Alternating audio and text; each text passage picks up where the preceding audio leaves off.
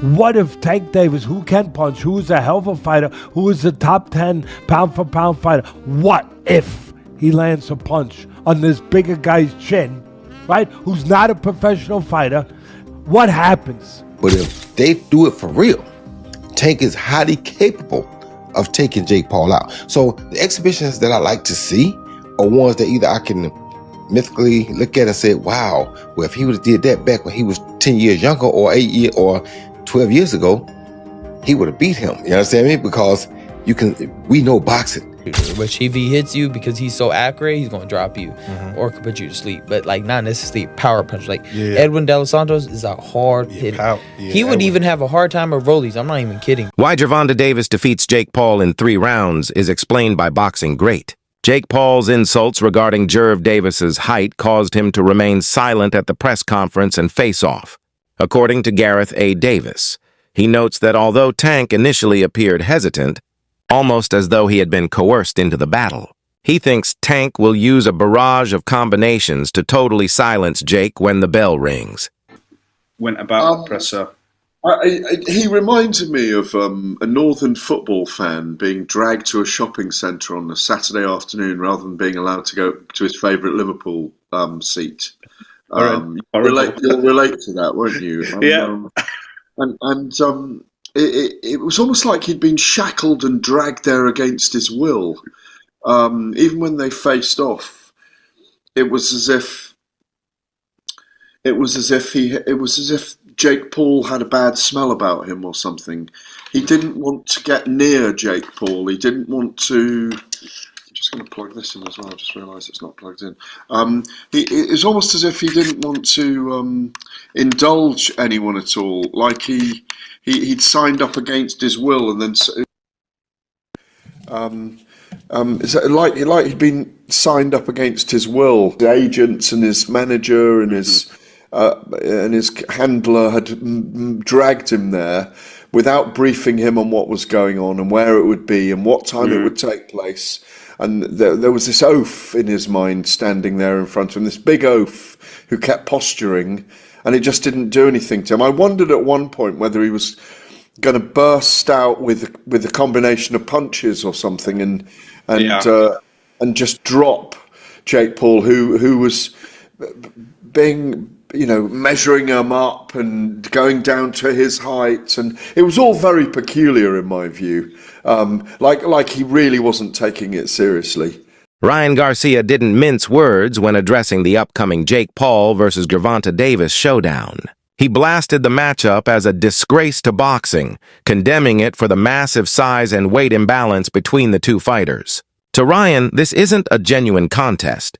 It's a flashy stunt designed for clicks and clout, not for the love of the sport. Garcia stressed that boxing should represent skill, respect, and legacy, not marketing gimmicks or social media spectacles. Seeing a smaller, naturally lighter fighter like Gervonta face someone with Jake's physical advantages felt completely wrong to him. He warned that such events send the wrong message to young boxers, that fame and money can overshadow hard work, discipline, and honor. For Ryan, this fight isn't about entertainment, it's about the erosion of boxing's soul. He views it as a blatant mockery of the art form he's spent his life mastering. Mainly Jake's end. We're not falling for the Disney Channel bit no more. We're not falling for you're not a fighter no more. We're not falling for that. You're ranked as a cruiserweight and you're out here trying to fight a lightweight. And then on top of it, you were just talking about fighting Anthony Joshua. That doesn't make no sense. And, I just felt like it was a disgrace to boxing and kind of it was not a good move by Jake Paul. I understand people saying, Gervonta got to go get his money, blah, blah, blah. But, we're not talking about that shit. We're talking about the sport, bro. We're not talking about, you got to get that money, bro. Yeah, but everybody's open to criticism. That's the whole point of this media shit. Right. That's why they talk about basketball players. They don't talk about, LeBron's making too much. Nobody cares, bro. If LeBron's missing the shot, he's missing the fucking shot. So at the end of the day, bro, I just thought it was a disgrace to the sport. Because on one end, you got the casuals, right? The casuals don't see the weight difference. They see Jake Paul and Gervonta Davis. Yeah. And if Gervonta Davis doesn't fuck up Jake Paul, they're going to think Jake Paul is some pound-for-pound champion type of fighter. Yeah. And to me, that's just it's tricking the public, and it's kind of bullshit, bro, at the end of the day. Because at the end of the day, if Gervonta was Jake Paul's size, we wouldn't even be having this conversation. There probably wouldn't even be a fight. Yeah, you know what I mean? So I just think that it's a disgrace to boxing.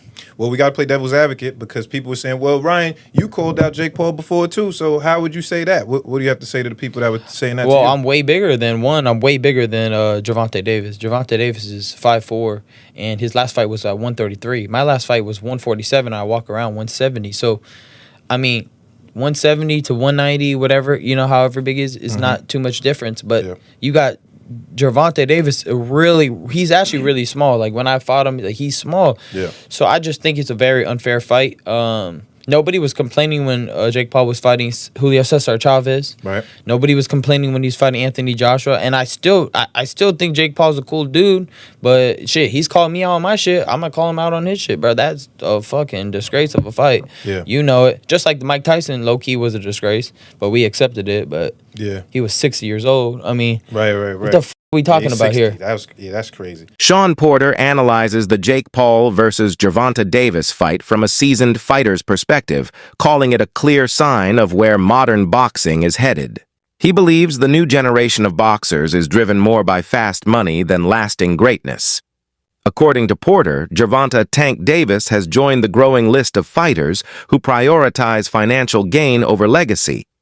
He reminisces about an era when true champions risked their unbeaten records to prove their worth, when glory, not greed, was the goal.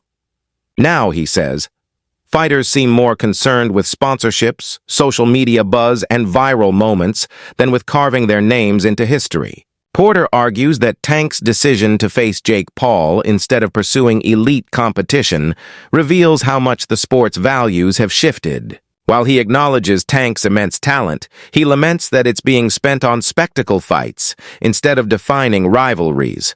For Porter, this isn't just about one fighter.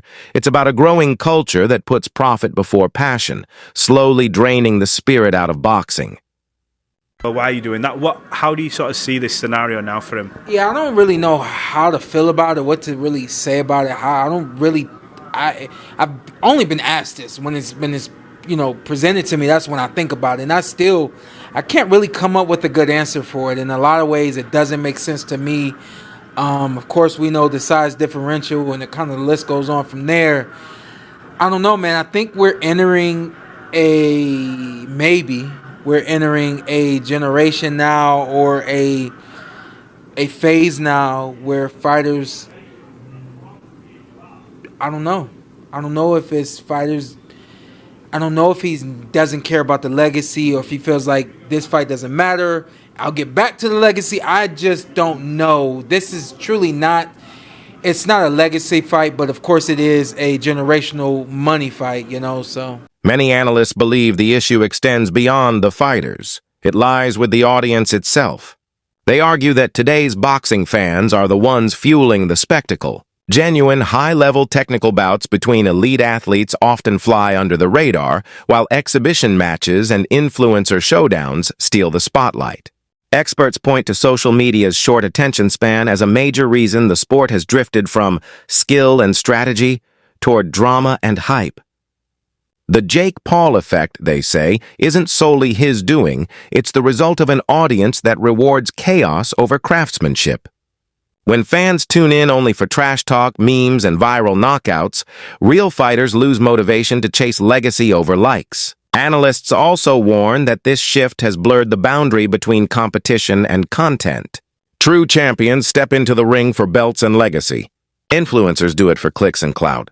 And as long as the crowd keeps paying for the spectacle, boxing's power balance will continue tilting toward entertainment, leaving the sport itself fighting for authenticity. Boxing has evolved to where it's at. I'll expand on that.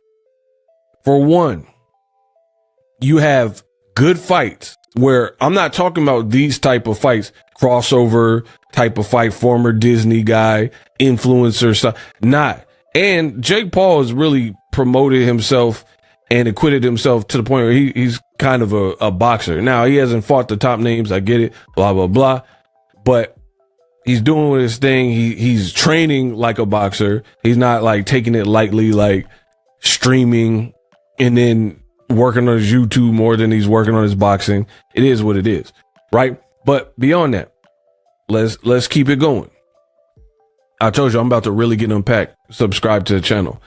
The reality is, the reason why I'm saying I blame you, the fans, is because we've had some very good fights, like David Benavidez, Caleb Plant, whatever. I'm talking in the last 5-10 years, right? Very good fights, all boxing. So not talking influencer or any type of crossover fight, right? Good fights. And then you got boxing fans in a niche sport who didn't further the exposure by advertising or buying the fight, mostly buying the fight with piracy and whatnot. So now we're at a point in this society where these companies, they're like, all right, they see the piracy is a problem. Now they're looking for sure shot, must win type of scenarios. That's why we're getting these fights that some people, purists and diehards, are calling wonky fights. You know what I mean? It is your fault. A major concern voiced by boxing professionals is the massive size disparity between Jake Paul and Gervonta Davis. Jake naturally walks around at cruiserweight, while Tank's true home is the lightweight division, a gap that can't be ignored. Experts emphasize that no matter how gifted Davis is, the laws of physics in boxing remain the same. Reach, weight, and raw power still matter. They caution that a sanctioned fight between the two would be fundamentally unbalanced, even dangerous. Jake has proven he can take shots from naturally bigger men and keep pressing forward, whereas Tank, though a devastating puncher, would be forced to fight uphill, trying to slip inside the reach of a much taller and heavier opponent. Critics argue that matchups like this should never pass professional sanctioning, as they defy the sport's competitive fairness. On paper, Jake holds the advantage in size and durability, while Tank's edge lies in speed, precision, and pure skill. Yet the mismatch itself is what makes the bout so controversial. For boxing purists, it's another sign that the sport's traditional standards are bending beneath the pressure of entertainment over ethics.